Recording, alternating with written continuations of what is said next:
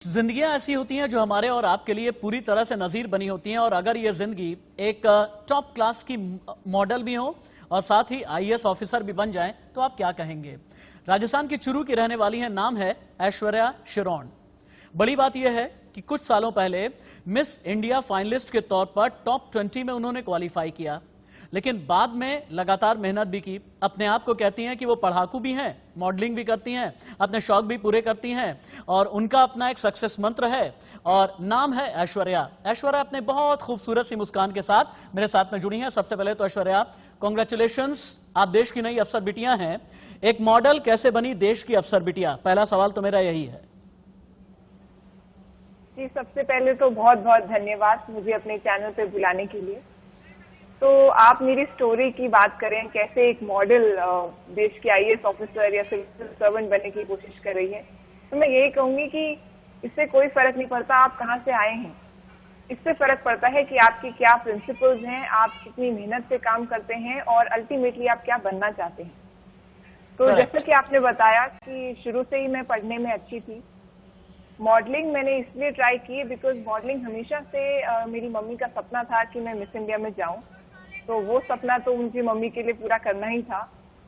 उसके साथ साथ मुझे भी ऐसा लगा कि जब आप कॉलेज में होते हैं वो एक ऐसा टाइम होता है जब अपनी ओवरऑल पर्सनालिटी को इम्प्रूव कर सकते हैं। आपके पास बहुत समय होता है अलग अलग एक्टिविटीज में पार्ट लेने का। तो मैंने उस टाइम का पूरा प्रोडक्टिव यूज किया। जो जो अपॉर्चुनिटीज मुझे मॉडलिंग वर्ल्ड में मिलती गई वो मैंने ली, लेकिन कभी भी अपने असली लक्ष्य से मैं नहीं हटी। जैसे ही मेरी ग्रेजुएशन कंप्लीट हुई, मैंने सिविल सर्विसेज की परीक्षा के लिए अपनी पढ़ाई शुरू कर दी।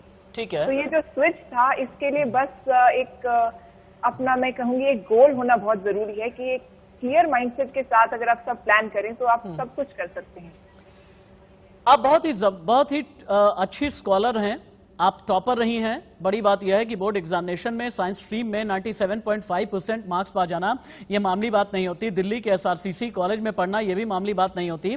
लेकिन मैं आपके साथ बातचीत को अलग अलग हिस्सों में बांटना चाहता हूं। सबसे पहले तो ये बताएं ना, अपनी माँ के साथ वो वाली कहानी बताइए थोड़ा, कि एक मॉल में आप घूम रही थी और मॉल में घूमते घूमते ही आपको मॉडलिंग का ऑफर मिला और वहीं से एक तरह से आपके मॉडलिंग करियर की शुरुआत हुई। वो क्या था? क्योंकि मम्मी का सपना एक जगह है, लेकिन मॉल में ऐश्वर्या को लाइव बिल्कुल ऑफर मिल जाना, ये क्या था? देखिए, वो कहानी तो काफी दिलचस्प है क्योंकि जब मैं अपने कॉलेज के फर्स्ट ईयर में आई तो एक बार ऐसा हुआ कि शाम को मैं और मेरी मॉम हम लोग शॉपिंग कर रहे थे मॉल में। तो मैं काफी एक्चुअली बोर हो रही थी बिकॉज मेरी जरूरत का कुछ सामान लिया नहीं जा रहा था। मुझे लग रहा था कि मैं क्या करूं। तो मैंने मम्मी का बाहर वेट कर रही थी, मम्मी अंदर शॉपिंग करने चली गई। तो उसके बाद मैंने आवाज सुनी कि कोई कंपटीशन टाइप चल रहा है वहां पर इस मॉल में। तो मैंने सोचा कि क्यों ना कंपटीशन में पार्ट लिया जाए, अब इतना टाइम है पास करने के लिए, तो इससे अच्छा क्या होगा कि कुछ नया सीखने को मिले। हाँ। तो वो कंपटीशन था दिल्ली टाइम्स फ्रेश फेस। तो मैंने उस कंपटीशन में पार्ट लिया। उसके इनिशियल राउंड में मैं जीती, फिर आगे जो दिल्ली का मेन स्टेट लेवल हुआ उसमें भी जीती, और फिर ये सब जीतने के बाद जब मैं मिस दिल्ली बनी, उसके बाद मुझे मॉडलिंग वर्कशॉप के लिए मुंबई भेजा गया। 2 दिन की वो वर्कशॉप थी। तो वहां पर मिस इंडिया ऑर्गेनाइजेशन ने जब मुझे देखा, उन्होंने बोला कि आप मिस इंडिया में ट्राई क्यों नहीं करती?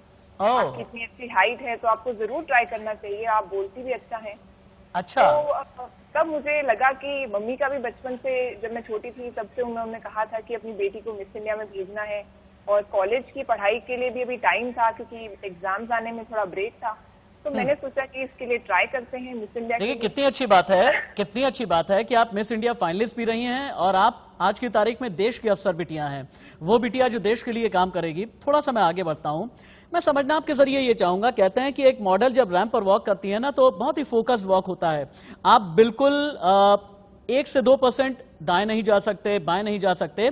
ठीक इसी तरह से आईएएस की एग्जाम को क्रैक करने के लिए बहुत ही फोकस्ड आपको रहना होता है।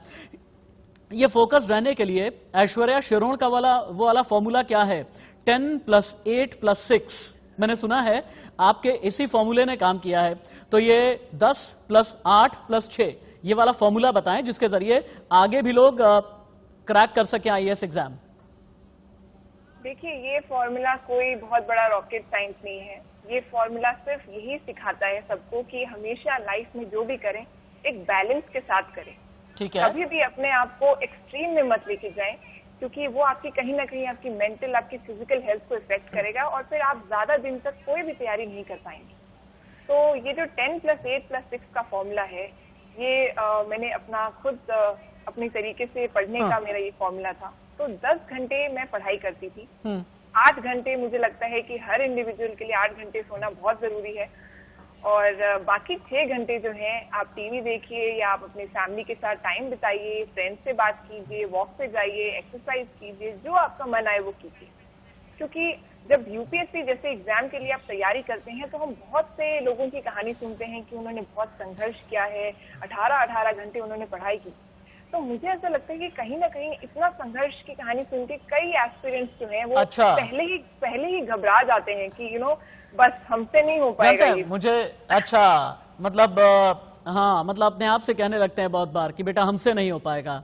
लेकिन आपसे तो मेरे ख्याल से आपके पापा हमेशा ही से कहते रहते होंगे कि बेटा तुझसे ही हो पाएगा, क्योंकि तुमने जो है अपने मॉडलिंग करियर में भी बड़ा जबरदस्त काम किया है। आपका वीडियो हम देख रहे हैं, बहुत ही अच्छी आप लग रही हैं, बहुत ही खूबसूरत आप लग रही हैं, आपका रैंप वॉक बहुत ही ज्यादा इम्पैक्टफुल है। मुझे लेकिन ये बताएं, कहते हैं कि जब पिता फौजी होता है ना तो बड़ा अनुशासित रखता है, तो क्या पिता के फौजी होने का अनुशासन भी आपके काम आया? पापा ने कभी कहा बेटा मुश्किल वक्त कमांडो सख्त? जी वो तो है। आप जब एक फौजी के बच्चे होते हैं तो हर चुनौती को आप एक बैटल की तरह लेते हैं और उसके अकॉर्डिंग ही आप अपनी स्ट्रैटेजी बनाते हैं। तो मेरे पिताजी ने डिसिप्लिन तो डेफिनेटली, रोज सुबह 6 बजे उठना वो तो घर की कहानी है ही, लेकिन इसके साथ साथ जब आप आर्मी में होते हैं तो फिजिकली एक्टिव रहना, अपना हर तरह की फील्ड में आप ट्राई करना, वो एक खुला माइंडसेट, ओपन माइंडेडनेस जरूर एक आर्मी बैकग्राउंड से आपको मिलती है। अच्छा, अलग-अलग आप कुछ चीजें आईएएस बन जाने के बाद की मैं आपसे पूछना ये चाहूंगा कि चूंकि एक विवाद भी जुड़, कहते हैं कि जब भी आप पॉपुलर होते हैं आपके साथ बहुत बार कुछ कंट्रोवर्सीज जुड़ जाती हैं, कई विवाद जुड़ जाते हैं। आपके फर्जी इंस्टाग्राम अकाउंट बन गए, आपने इसकी शिकायत भी कराई, आपको किस तरह की परेशानियों का सामना करना पड़ा पॉपुलर हो जाने के बाद? जी देखिए, जब आप मीडिया में या पब्लिक में बाहर आते हैं तो गुड बैड अगली हर तरह की चीजें आपको देखने को मिलती हैं। तो मैंने जो अपना, जब मुझे पता चला कि मेरे नाम से कई फेक अकाउंट खुल रहे हैं, भगवान की दया से ऐसा कुछ मेरी रेपुटेशन को अभी तक डैमेज नहीं हुआ था। लेकिन जो मैंने ये कंप्लेन की, ये सिर्फ 2 कारणों से करी। एक तो हर इंडिविजुअल की प्राइवेसी बहुत इंपॉर्टेंट होती है, राइट टू प्राइवेसी तो सुप्रीम कोर्ट ने भी हम सबको दी है। दूसरी बात कि इम्पर्सोनेशन को सपोर्ट करना ये बिल्कुल गलत है। तो लोगों तक मैं अपनी बात पहुंचाना चाहती थी कि जब सरकार ने हमें साइबर राइट्स दिए हैं, जब हर डिपार्टमेंट में, पुलिस में एक साइबर सेल बाकायदा बनाया गया है और वो अपना काम पूरी मेहनत से, पूरी शिद्दत से एफिशिएंटली करते हैं, तो क्यों ना आप अपने उन साइबर राइट्स को एक्सरसाइज करें। एकदम ठीक आप कह रही हैं, एकदम ठीक आप कह रही हैं। मैं अब अपने इंटरव्यू के कंक्लूडिंग पार्ट की तरफ बढ़ रहा हूं, इसलिए आपसे 2-3 चीजें बिल्कुल मैं रैपिड फायर राउंड में पूछना चाहूंगा। रैपिड फायर राउंड, अगर मैं आपसे ये कहूं कि आगे आने वाले दिनों में ऐश्वर्या अपने आप को क्या कहलाना पसंद करेंगी, कलेक्टर, मॉडल या फिर ब्यूटी विद ब्रेन, तो आपका जवाब क्या होगा? जी मेरा जवाब यही होगा that I am a civil servant in the making. भविष्य का भारत कैसा देखती हैं? भविष्य का भारत बहुत ही सुनहरा है और मुझे लगता है कि देश की हर लड़की आगे बढ़ेगी और जो हमारी इतनी अनटैप्ड पोटेंशियल है महिलाओं, क्या लाल फीताशाही की लकीरें आप तो काटेंगी?